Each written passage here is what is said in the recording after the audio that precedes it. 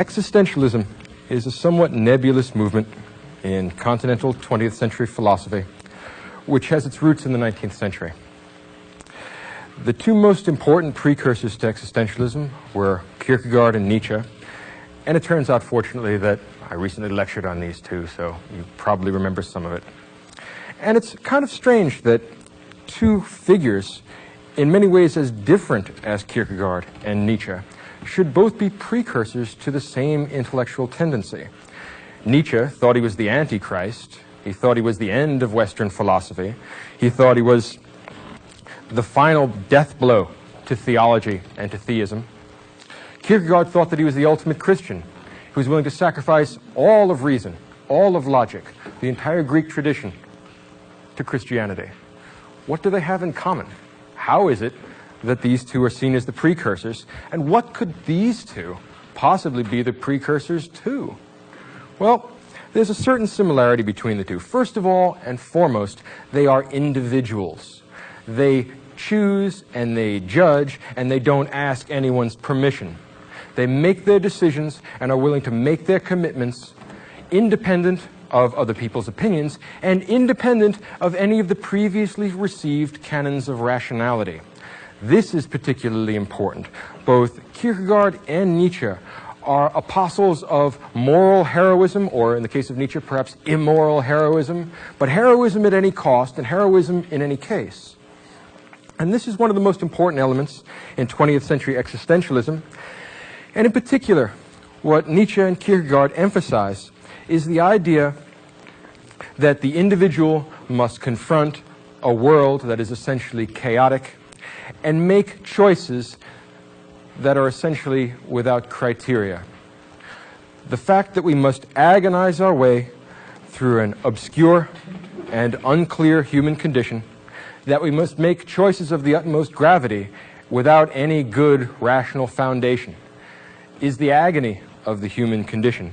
And Kierkegaard and Nietzsche, those great individuals, were the two that forced us to start thinking about the agony of individual choice, the heroism that's required to stand outside of received wisdom, even to stand outside of reason itself. Now, in the 20th century, there are a number of borrowings from the tendencies more than the actual writings of these two. And in existentialism, we see primarily a group of German and French thinkers who tried to articulate the predicament of human beings in the 20th century. We are a group of people, or we are a culture on the whole, that no longer takes religion terribly seriously. We, in some respects, have outgrown mythological accounts of the world, and yet we still need to do some of the things that religion used to do. We need to make judgments about right and wrong. We need to make decisions about how to live our lives. And we need to find some way of being really human in an age that seems set against us discovering an effective individuality, of being something other than a cipher and a social security number. In other words, existentialism is a philosophical movement loosely organized with no particular set of dogmas, except that individuals must confront their condition without any palliative, anything that prevents you from confronting the pain and the anguish of making decisions that have no good grounds. Now, probably the most important 20th century existentialist philosopher is Martin Heidegger. And those of you that have read Heidegger before will probably find him as baffling as everybody else does when they first encounter him. But it's not the kind of bafflement, it's not the kind of puzzlement that we find when we read someone like Wittgenstein. When you read something like the Tractatus, the puzzlement that you get is the fact that you must move through this with extreme care, word by word, sentence by sentence, line by line, because everything connects in a totally coherent mathematical order. The puzzlement that we get when we read Heidegger is in the kind of language that he uses, in the kind of terms that he coins, and most especially in the kind of questions he asks. What's most intriguing about Martin Heidegger is not so much the answers that he gets, because I think that you'll find when you read his book there isn't a lot in the way of answers, but there's all kinds of intriguing questions in Heidegger, and that's probably his most important contribution. Now Heidegger says that we have to deal with Dasein, and you will spend an endless amount of time chasing your tail trying to figure out what Dasein is, because Martin Heidegger is never going to tell you. He's beyond definition. He's taken the opposite extreme from the tendency that we see in Anglo-American philosophy towards increasing precision. He's going to go for increasing global comprehensiveness. He's going to try and articulate the things that Wittgenstein and the logical positivists said can't be articulated or even thought about. Dasein for Heidegger is the, I don't know, it's hard to define, but let's try this. It's the mode of human existence in the world. And what I mean by the world is not the world of space and time, not the world of the positivists, but the human world. The world of judgments, of commitments, of connections, the social world of human life, rather than the world, strictly speaking, of space and time, the human world we're talking about here. This, I think, is what Wittgenstein was gesturing at the end of his career, when he talked about languages being connected to forms of life. Different forms of life taken together would form Dasein, which is the way it is to exist as a human being in a world of meanings as opposed to a world of objects. Now, what Heidegger wants to do is figure out what Dasein is. In other words, figure out what it means to be a human being. He's going to ask the big questions. In that respect, he's the heir to the German and continental philosophical tradition that wants global coverage and is sometimes willing to risk logical precision in order to get a complete and comprehensive treatment of the human condition. And the difficulty that Heidegger encounters, or that he says that we must all encounter, is that simply by being human, simply by addressing Dasein, simply by being what people are, we are compelled to ask fundamental questions. For example, what is being? What is it to be a human being? We are compelled to address issues and ask questions that we know in advance have no satisfactory answers. So we're in an anguished state, forced to ask questions that we can't answer, and forced to deal with the fact that there is no escaping the question except through evasion, except through a rejection of what it means to be a human being. So we're almost able to be what we want to be. We've camped out just outside the gates of paradise. We never really get any final answers, but we can't avoid asking ultimate questions. And that is the human condition, according to Heidegger. That's what's involved in Dasein, when you fundamentally confront what it means to be a human being. Can you see the connection here to someone like Kierkegaard? Right? If you think about the fact that we don't ultimately get satisfactory rational answers, in Kierkegaard's case it causes him to ignore the tradition of rationality, to get rid of it as an impediment. Instead, Heidegger says he's not going to go towards a religious pseudo-resolution to the problem. He's going to maintain intellectual respectability by dealing with the fact and confronting the fact and writing a book, or writing a number of books about the fact that we must ask the big questions and we have only little answers. So Heidegger leaves us in a kind of limbo. And this limbo is what it means to be really human, what it means to be really conscious. Now Heidegger also says, and he uses technical terms very frequently, that we must confront Befindlichkeit. What Befindlichkeit means is the feeling of being just thrown out into a world that we neither create nor comprehend, and that we must deal with it willy-nilly, like it or not. The consequences of facing an incomprehensible world that has no moral structure, it has no ontological structure, it has no logical structure, it has no structure at all, simply one experience after another. The consequence of that is, he calls Sorge, which in German means fear or worry or care. And in other words, Heidegger says that the universal human condition or the universal human emotion when we see ourselves for what we really are is dread. Now that's a page torn directly from Kierkegaard. The concept of dread, the dreadful circumstances that we find ourselves in, the worries that attend being really human and really being a conscious agent, all come together to tell us that what we are is uncertain. What the world is even less certain. And the best we can do is muddle through, but there are better and worse muddling throughs that have rather uncertain qualities. So it is a philosophy which almost makes a virtue of uncertainty, which not only never gets to any final conclusions, but in fact says that that's the idea. Heidegger says that philosophy is always unterwegs. What that means is underway.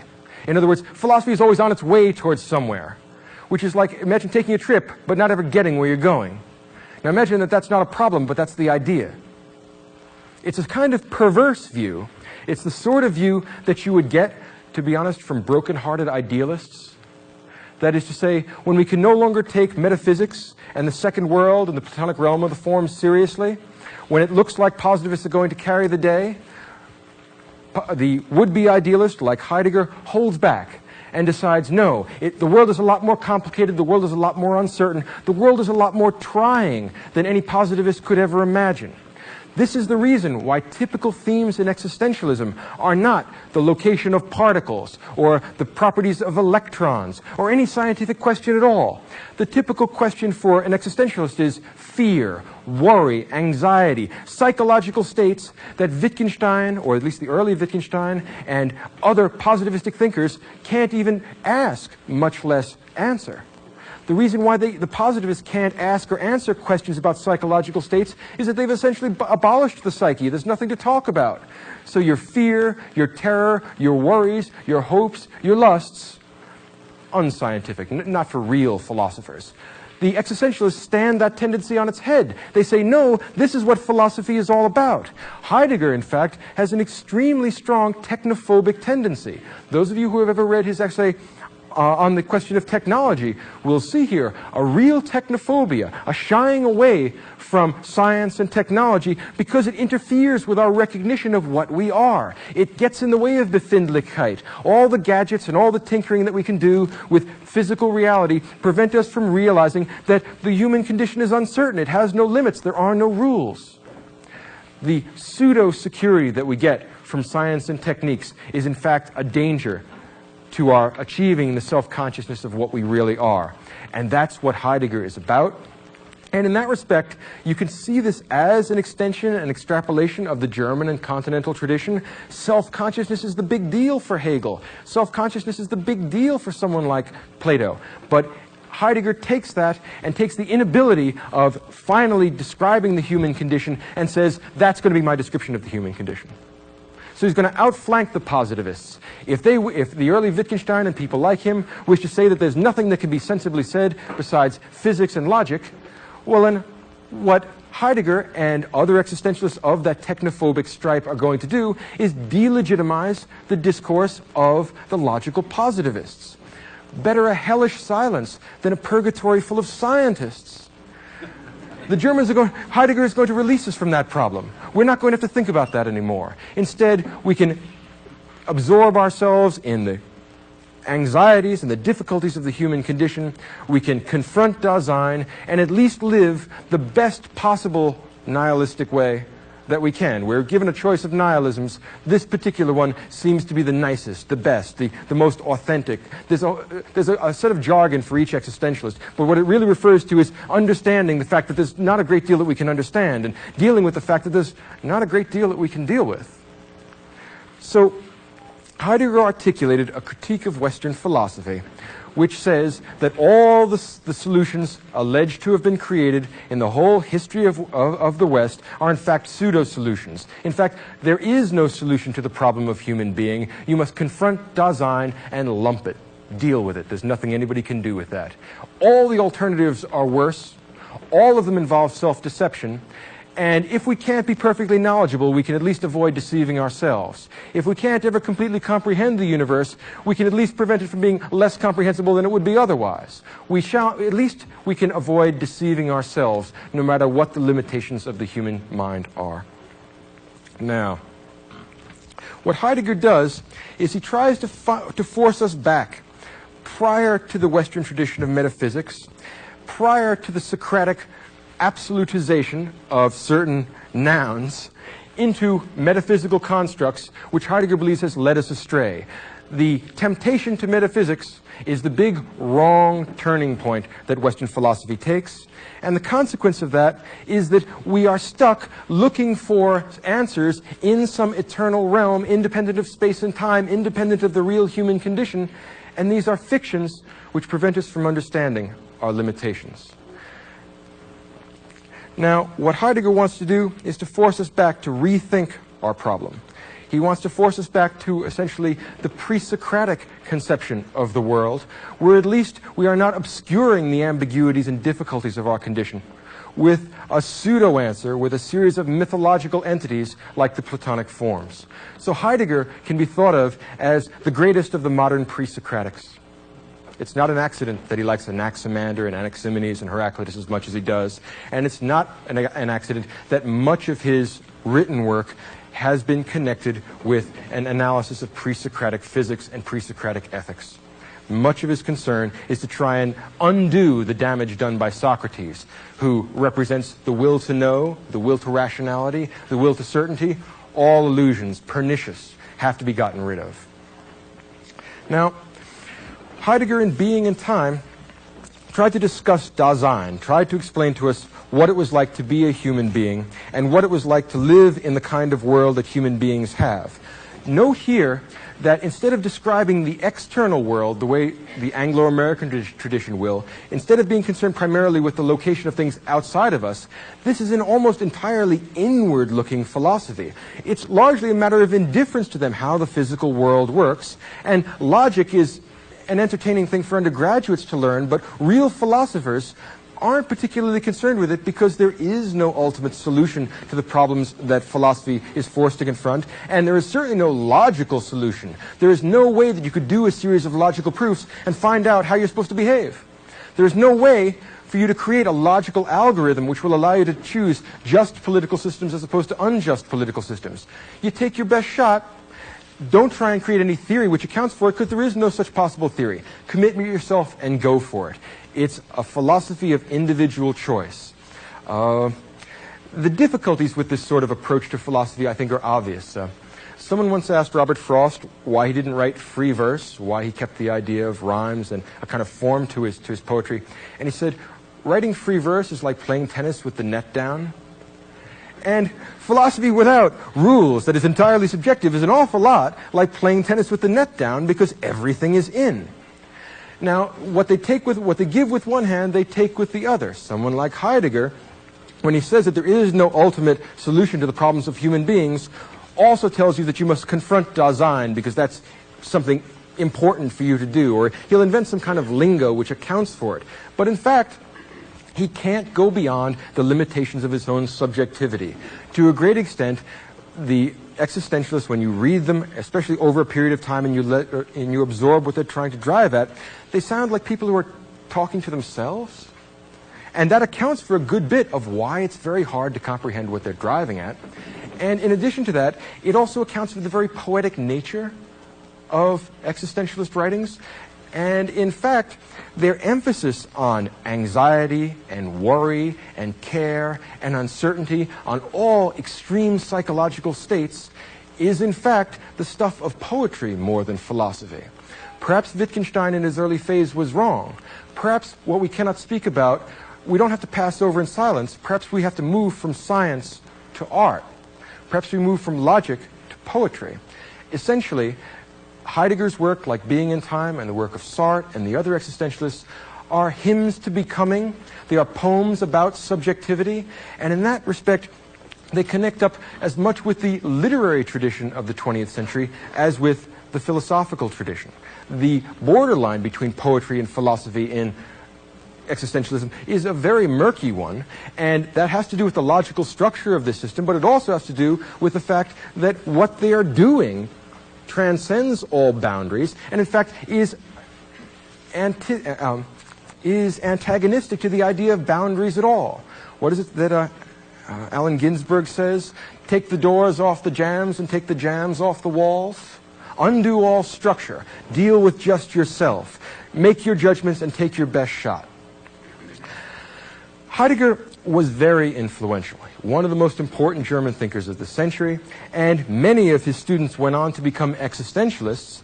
And like Kierkegaard and like Nietzsche, there are no two identical existentialists. They change because they are all individuals, because this is a philosophy which says, be an individual. Make your own judgments. Don't try and create some pseudo-solution to problems that can't be solved. There is no ultimate grounding for our judgments of right and wrong. There is no ultimate foundation for the thinking that we do and the actions we undertake. Stop that project. Instead, get people to confront the fact that there are no rules, that the doors have been taken off the jambs, like it or not. Willy-nilly, we have to confront that. Now, the work of Jean-Paul Sartre, he lives a little bit later than Heidegger, and it's an extrapolation from Heidegger. It's much more readable, and to be honest, there are few things as unreadable as Heidegger. And he asks similar kind of questions, but he is more accessible, and you will probably find that most of the questions that get asked in Heidegger also get asked in Sartre, but they get answered in a way that's more readily absorbable. So if you're going to be reading existentialists, try Sartre first. And if you're going to be reading Sartre, try his literary works first before you go to the actual philosophical works. Think of the kinds of questions that somebody like Heidegger wants to ask. Instead of asking the way a scientific philosopher does, what sort of things exist, Heidegger wants to ask the question, what is there for things to be? And of course, when you phrase the question not about the things that are, but about what it means for something to exist at all, you have stepped into the philosophical deep water, and there's no telling if we're ever going to find the bottom. In fact, Heidegger's argument essentially tells us that there is no bottom to such questions, but we must ask, what is it for something to be? Heidegger doesn't want to know what sort of things human beings know, but what is it to know something? He doesn't want to know what sort of things we can think about. He wrote a whole book called What is Called Thinking, that just examines what it means to think anything, regardless of what you happen to put in your head. That's not nearly so important as what it means to have anything in your head at all. So he changes the structure of thought by changing its orientation. Instead of trying to describe with ever-increasing precision the external world, we're going to try and describe with whatever precision is possible the world of the human psyche. Not what do we know, but what is it to know anything. Not what is it that exists, but what is it for anything to exist. What are we talking about when we talk about existence? And Heidegger says that in the long run, all of our attempts to answer questions like that end up as silence. And here's where Sartre takes off from Heidegger. He tries to answer questions that Heidegger leaves us in silence, or that the positivists leave us with in silence. Sartre tries to answer the question of what it means to be a human being in the 20th century in poetic terms. Sartre's best work, I think far and away, are his novels and plays, because they offer a poetic instantiation of most of the main concepts in his philosophy in a way which is not just accessible, but which actually puts it at its most favorable advantage.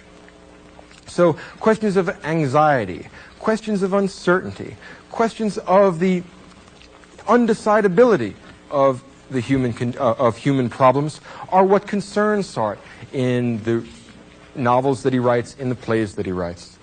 Now, Sartre says, essentially, that what makes human beings human and what makes them different from everything else in the world is that they're free. We are condemned to freedom, according to Sartre. And what that means is that we are forced to make choices that have no logical grounding, and that there is no way to avoid that condemnation to freedom without self-deception. In Sartre's language, that means a lack of authenticity. We ought to be authentic. We ought to deal with what we really are and with the ambiguity and anxiety and misery that attends it. Now, Sartre wants to take this a little bit further.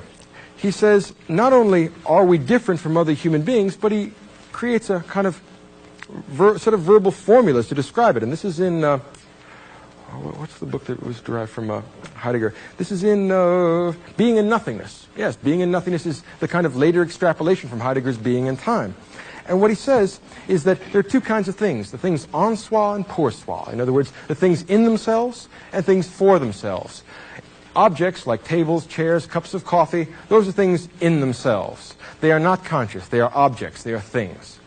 The alternative is things that are for themselves, pour soi. And what that means is conscious human subjects. Now, those of you who have been attentive to the earlier lectures will see this distinction between the world of nature, the world of senses, the world of objects, and the world of subjects as a revival of the old metaphysical distinction between things that have souls and things that don't. And notice that in a world purely made up of physical things, there will be no freedom.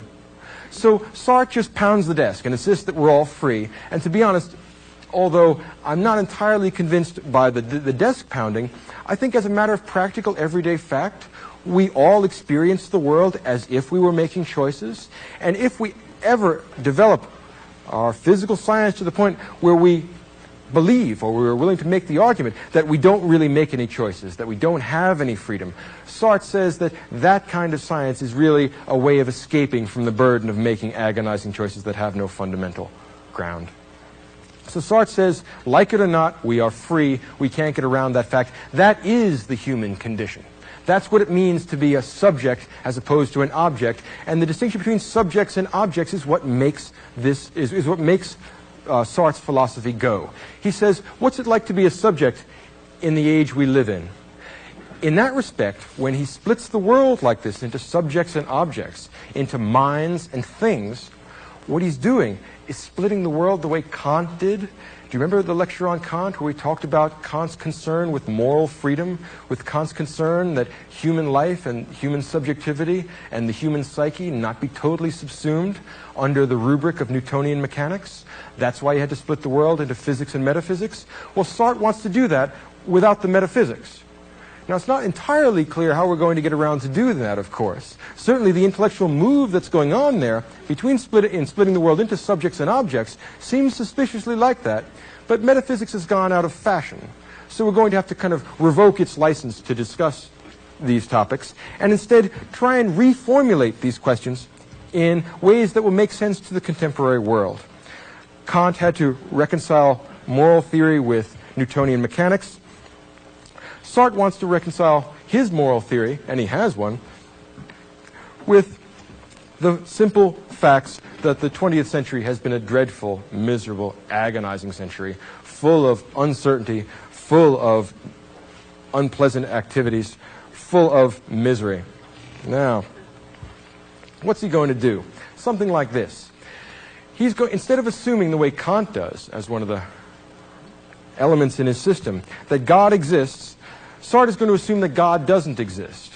And his argument will be something along these lines. People invent religious myths and religious illusions in order to relieve themselves of the burden of making decisions that have no ground. So if you can latch onto something that is apparently certain, like the Ten Commandments, you can avoid the necessity of deciding whether to kill or steal or commit adultery, all the things the Ten Commandments tells you not to do.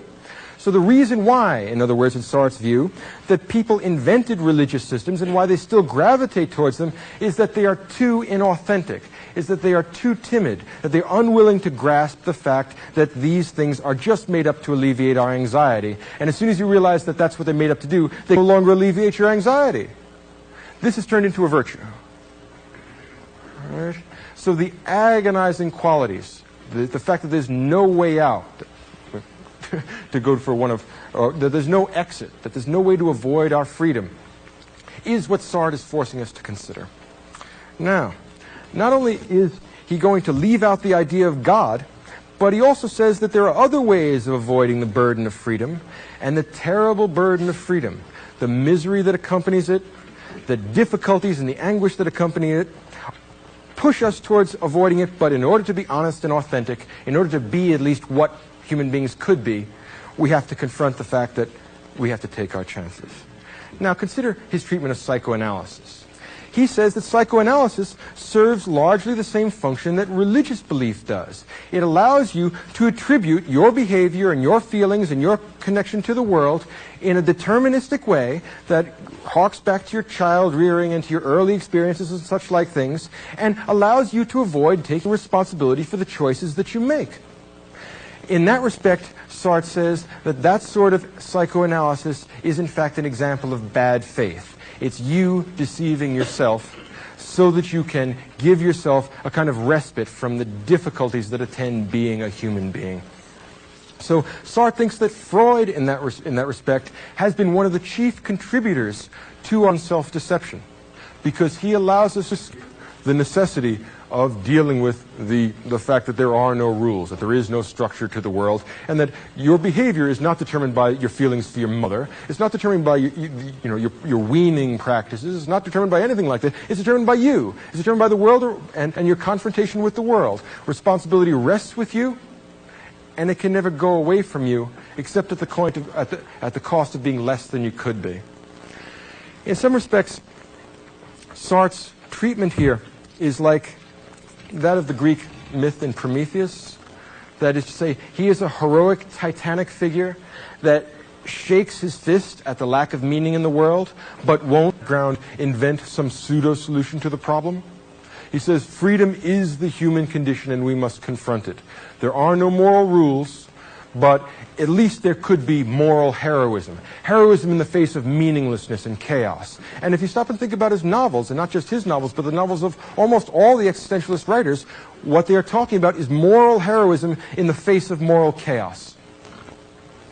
That's the main theme in this strand of existentialism. Now, Sartre in some respects bears comparison with Spinoza. The reason why is the following. Spinoza believed that there was absolutely no human freedom. If you remember Professor Staloff's lecture on Spinoza, a beautiful job that he did, he said the world, according to Spinoza, is entirely deterministic. The reason why is that because God is free, completely free. And if God is free, there can't be anything else free in the world, because it would limit and get in the way of his freedom. Since God's freedom is absolute, we are all essentially mechanical, automatons. And we follow the same necessary causal connections that everything else in the world does. In other words, the universe is too small for more than one free thing. And in Spinoza's case, since he's going to be a religious believer, he wants to hold on to the idea of God, human freedom goes by the board. Sartre is going to turn that on its head. He's going to say, I refuse to accept religious belief because there can only be one free thing in the world, and it's people, not God. If God did exist, he would in fact limit our freedom. And the fact that he would be free would prevent us from being free. Spinoza was right. And if we're going to be free and authentic and confront what we really are, God's got to go. He's in our way.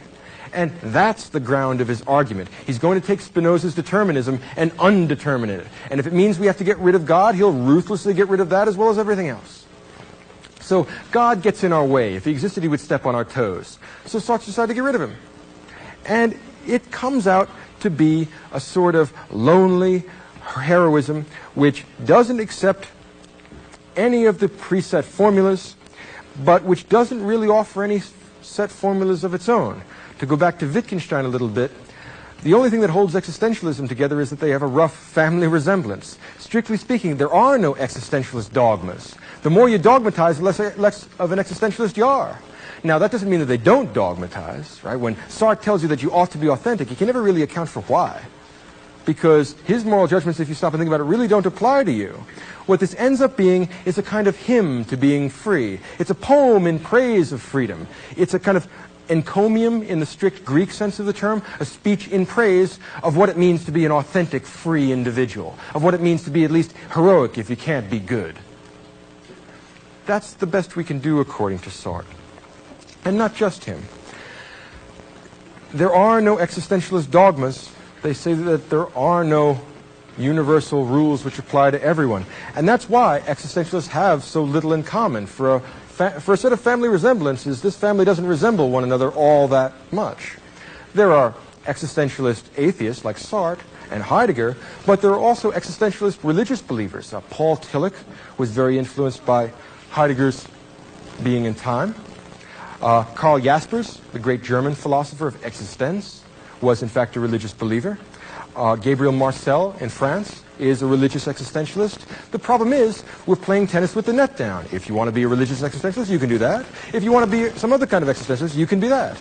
There are no rules, so you can make it up as you go along. And if you want to change your mind later on, well, it may be authentic, it may be not. Maybe you want to be authentic, maybe you don't. We're playing tennis with the net down.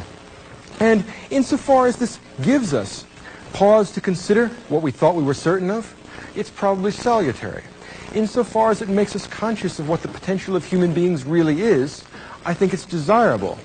But insofar as it amounts to moral nihilism, it is extremely dangerous. It is one of the most dangerous tendencies of this century. In terms of politics, once we have lost the possibility of an ethical theory, haven't we also lost the idea of a universal political theory?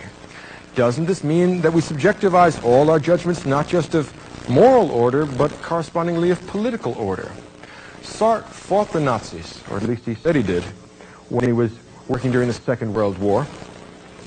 Heidegger put on the swastika and gave a truly rousing speech about the future of the university under the new Reich in 1936. Now, please don't make any kind of pedestrian moral comments about this. We're beyond that. We're involved with Dasein. And that means it's okay to be a Nazi because, well, there really aren't any rules left. The problem is that if we want to make moral judgments about this, there are two kinds we can make. We can make our own subjective moral judgments and say, like, I don't like that, which is analogous to saying, I don't like the taste of broccoli, or blue is my favorite color. The only difficulty there is that there are as many answers to whether Nazism is good as there are people who want to answer the question.